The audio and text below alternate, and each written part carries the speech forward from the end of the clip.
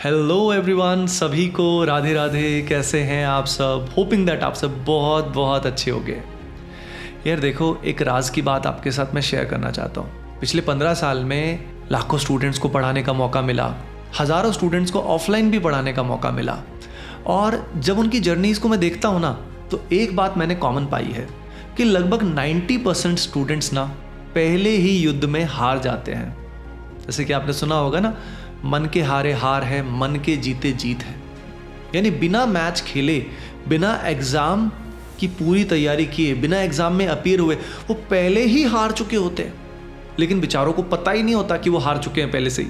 अब आज ये वीडियो अगर तुम्हारी फीड में आया है तो तुम बच सकते हो, तुम पहचान सकते हो कि कहीं तुम खुद उस 90% में तो नहीं हो। अगर हो तो खुद को कैसे बदलना है ताकि वही स्थिति जो होनी तय है, फेल होना तय है, वो अभी भी बदल सकता है यार। चलो सीधा एक टेस्ट से शुरू करते हैं। ये है एम्पिरिकल टेस्ट। इस टेस्ट के थ्रू तुम्हें पता लगेगा कि खुद से एहसास हो जाएगा कि मैं क्या कहना चाह रहा हूं। मैं आपसे कुछ सवाल पूछूंगा, उन सवालों का जवाब आपको ऑनेस्टली अंदर से देना है। शुरू करें। पहला सवाल, आपका जो भी लक्ष्य इस समय है, उसके लिए जब आप आगे बढ़ रहे हो तो आपके अंदर कौन सा इमोशन डोमिनेंट है?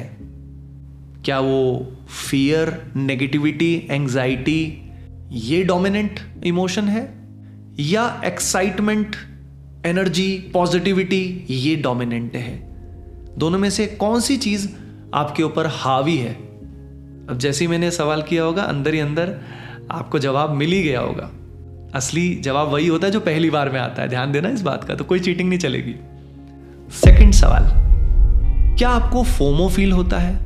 क्या आपको ऐसा लगता है कि आप पीछे छूटते जा रहे हैं? जब आप दूसरों की जर्नी देखते हैं, आपको क्या ऐसा लगता है कि आप काफ़ी पीछे हो गए हैं, आपका बैकलॉग बहुत ज़्यादा हो गया है, अब शायद मुझसे होगा या नहीं होगा?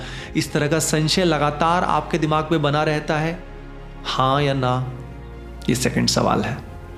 आराम से समझना, सोचना, इंट्रोस्पेक्ट करना। अभी के अभी आपको एक्सपीरियंस हो जाएगा कि मैं क्या कह रहा हूं। क्वेश्चन नंबर 3, क्या आप ओवर प्लानिंग करते हैं? बहुत सारे स्ट्रैटेजी वीडियोस देख लिए भाई, बहुत बार टाइम टेबल बना लिया, बार बार सोचते हैं ऐसे बैकलॉग कवर करूंगा या ऐसे सिलेबस कंप्लीट करूंगा, इस बार तो फोड़ ही दूंगा। लेकिन एक्शंस की जहां तक बात आती है वो तो हो ही नहीं पाते। तो क्या ये ओवर प्लानिंग के आप शिकार हो? चलो अब क्वेश्चन नंबर 4 पे आते हैं, प्रोक्रेस्टिनेशन का लूप। देखो, थोड़ा बहुत प्रोक्रेस्टिनेशन तो सभी का होता है जब हम इस तैयारी में चलते हैं। मैं थोड़े बहुत की बात नहीं कर रहा, थोड़ा बहुत तो सभी को होता है। जब मैं भी एडवांस की तैयारी करता था यूपीएससी की, तो हमारे भी होता था। लेकिन कभी कभी ऐसा हो जाता है कि हम तैयारी कर ही नहीं पाते, हम एक्शंस ले ही नहीं पा रहे, हमारा पढ़ने का बिल्कुल मन ही नहीं हो पा रहा। यानी बिल्कुल नेग्लिजिबल पढ़ाई हो रही है। हमें पता है कहीं ना कहीं कि मुझे 8 घंटे 10 घंटे पढ़ना है, मुझे सारा काम करना है, पर एनर्जी नहीं आ पा रही यार बिल्कुल भी। और प्रोक्रेस्टिनेशन के लूप में फंसे हुए हैं, बैकलॉग बढ़ता जा रहा है और अगेन नेगेटिविटी बढ़ती जा रही है। तो क्या ऐसा आपके साथ हो रहा है? अब है आखिरी सवाल, क्या आप सिर्फ थ्योरी में ही स्टक हैं और लेक्चर्स में ही स्टक हैं? प्रैक्टिस और मॉक्स अवॉइड करते हो या नहीं देते हो? बहुत सारे स्टूडेंट्स सिर्फ थ्योरी में ही फंसे रहते हैं और मॉक टेस्ट को और प्रैक्टिस को अवॉइड करते रहते हैं, बस ओवरऑल जंजाल में इसमें फंसे रहते हैं। अब इन 5 सवालों के जवाब से आपको क्लियर हो गया होगा कि आप कहां स्टैंड करते हो। मुझे कुछ भी कहने की जरूरत नहीं है। अब अगर आपने खुद के लिए ये सेल्फ बिलीफ बना लिया है, तो चाहे आप आगे मेहनत भी कर लो, सिर्फ मेहनत से तो अच्छा रिजल्ट नहीं आएगा। क्योंकि एक बात कही जाती है, be very careful what you say to yourself every single day. भाई रोज जो तू खुद से कहता है खुद के बारे में, वही फाइनली तेरी डेस्टिनी बन जाएगी, क्योंकि वही तेरे सबकॉन्शियस में फीड हो जाता है। अगर तू खुद को कमजोर मानता रहता है बार बार, तो तू कमजोर ही हो जाएगा। अगर तू मानता है तेरे सब्जेक्ट कमजोर है, तो वो कमजोर ही रहेगा, वो कभी ठीक नहीं होगा। अगर तू मानता है कि ये सिलेबस इतना वास्ट है, इसको कवर करने में कम से कम 2 साल तो लगते ही हैं, मैं कैसे करूंगा, तो तू नहीं कर पाएगा। तो आपने हमेशा सुना होगा ना, if you think you can then you can, if you think you can not then you will not. तो आपकी थिंकिंग पे ये बहुत इंपॉर्टेंट है। अब बात यह है कि अगर ये सेल्फ बिलीफ बन गया है इतने लंबे समय से, तो इस सेल्फ बिलीफ को तोड़ा कैसे जाए, ब्रेक कैसे किया जाए इस पैटर्न को, जानना चाहते हो ना, है ना? तो भैया अभी वीडियो देख रहे हो, साथ साथ लाइक करो खुद के लिए, क्योंकि अब बात कर रहे हैं हम ट्रांसफॉर्मेशन की। ये सेल्फ बिलीफ हटा के अपना स्ट्रॉन्गर वर्जन कैसे लेकर आए यार, क्योंकि अब तक हमने अपने वीक वर्जन को फीड किया है, और कमजोर वर्जन को फीड करोगे तो कमजोर ही बन जाओगे ना।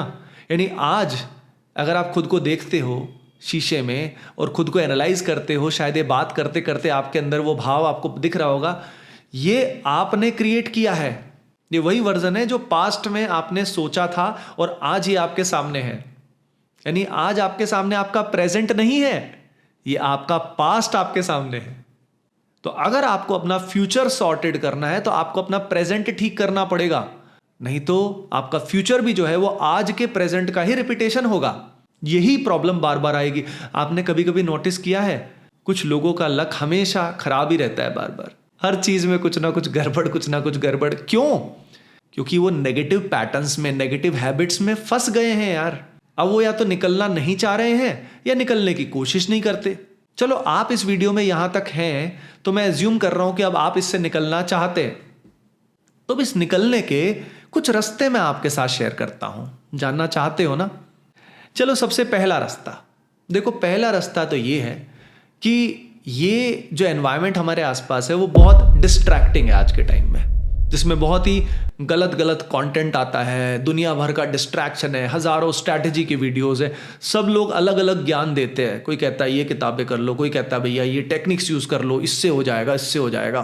भाई इतना नॉइज है, तो हमें एक ऐसी जगह चाहिए होती है जहाँ पे हम जैसे फोकस्ड लोग हों जो सही में खुद को बदल रहे हैं। और जब हम दूसरों को भी देखते हैं ना कि वो बड़े इंप्रूव कर रहे हैं, तो हम भी मोटिवेशन अपने आप आ जाता है यार। ये ह्यूमन का नेचर है कि वो सोशल एनिमल है, तो इसका फायदा आपको उठाना ही है। इसी प्रॉब्लम को सॉल्व करने के लिए हमने संजीवनी टेलीग्राम कम्युनिटी बनाई है, जहाँ पे हजारों लोग जुड़ चुके हैं, उसका हिस्सा बन चुके हैं और खुद को बदल रहे हैं, अपना बेटर वर्जन इंप्रूव कर रहे हैं। क्योंकि ये एक दिन का ट्रांसफॉर्मेशन नहीं है भाई, जो सालों साल से कचरा इकट्ठा हुआ है उसका सफाई करने में भी समय लगेगा। तो थोड़ा पेशेंस रखो, एक वीडियो से सब कुछ बदल नहीं जाएगा। लेकिन अगर तुम्हें प्रॉब्लम की गहराई एहसास हो गई है तो वही बहुत बड़ी बात है।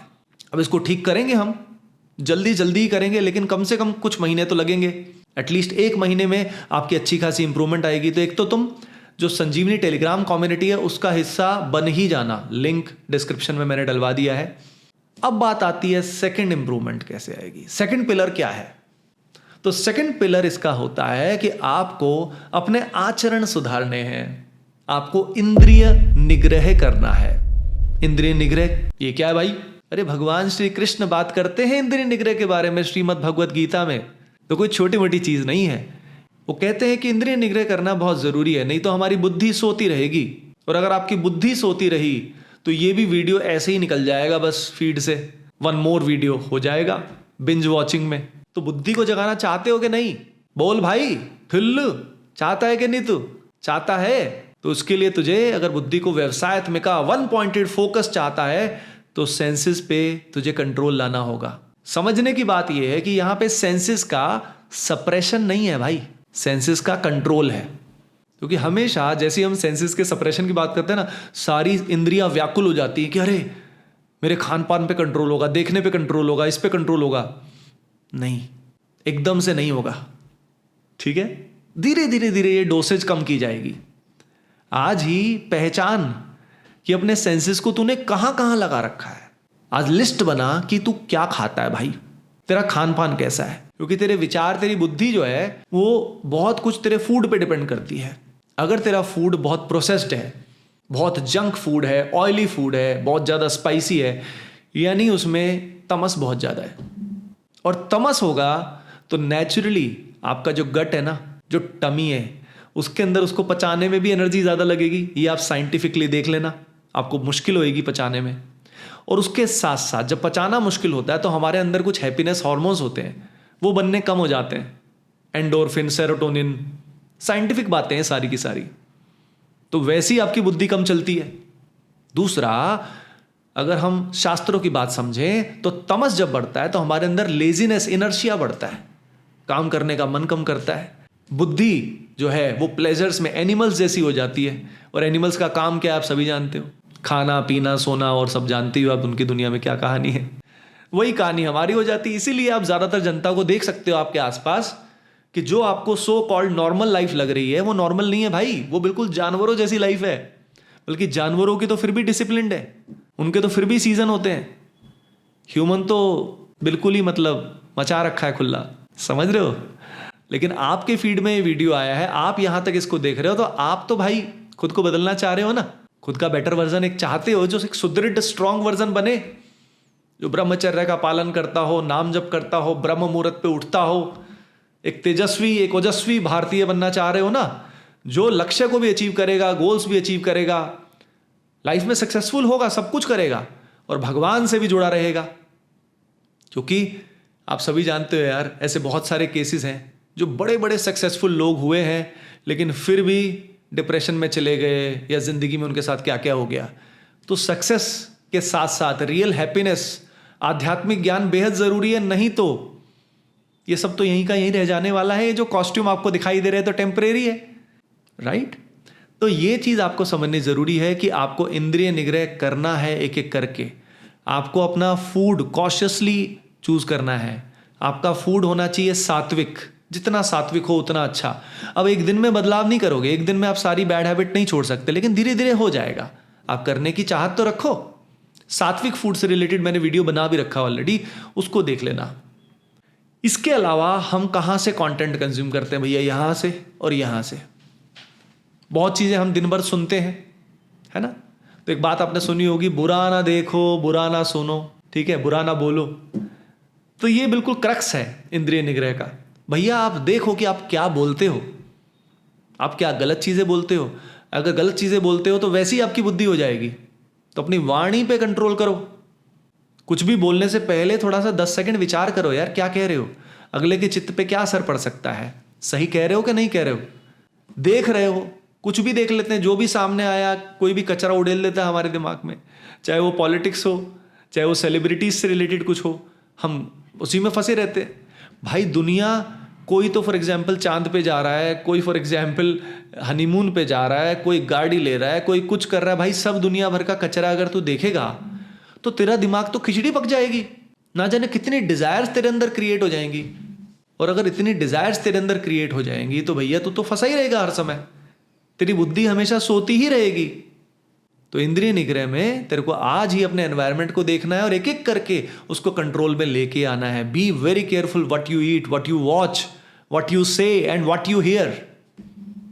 ऐसे लोगों का साथ धीरे धीरे अपनी लाइफ से हटा दो जहां से नेगेटिविटी बढ़ रही है, जो फॉर एग्जाम्पल दूसरों की निंदा करते हैं, नेगेटिविटी बढ़ाते हैं। स्वामी विवेकानंद एक बात हमेशा कहते थे, anything which makes you weak physically और mentally reject it as a poison. कोई भी चीज जो तुम्हें शारीरिक रूप से मानसिक रूप से कमजोर करती है भाई, तो उसको अपनी जिंदगी से बाहर फेंक दो, नहीं तो वो आपको फेंक देगी। आज नहीं तो कल आपकी हालत खराब कर ही देगी। तो भाई आज के लिए इतना ही। होपिंग दैट ये वीडियो आपको हेल्पफुल लगा होगा और आपको जिंदगी में आगे बढ़ने की प्रेरणा देगा। सभी को राधे राधे, जय जय श्री हित हरिवंश।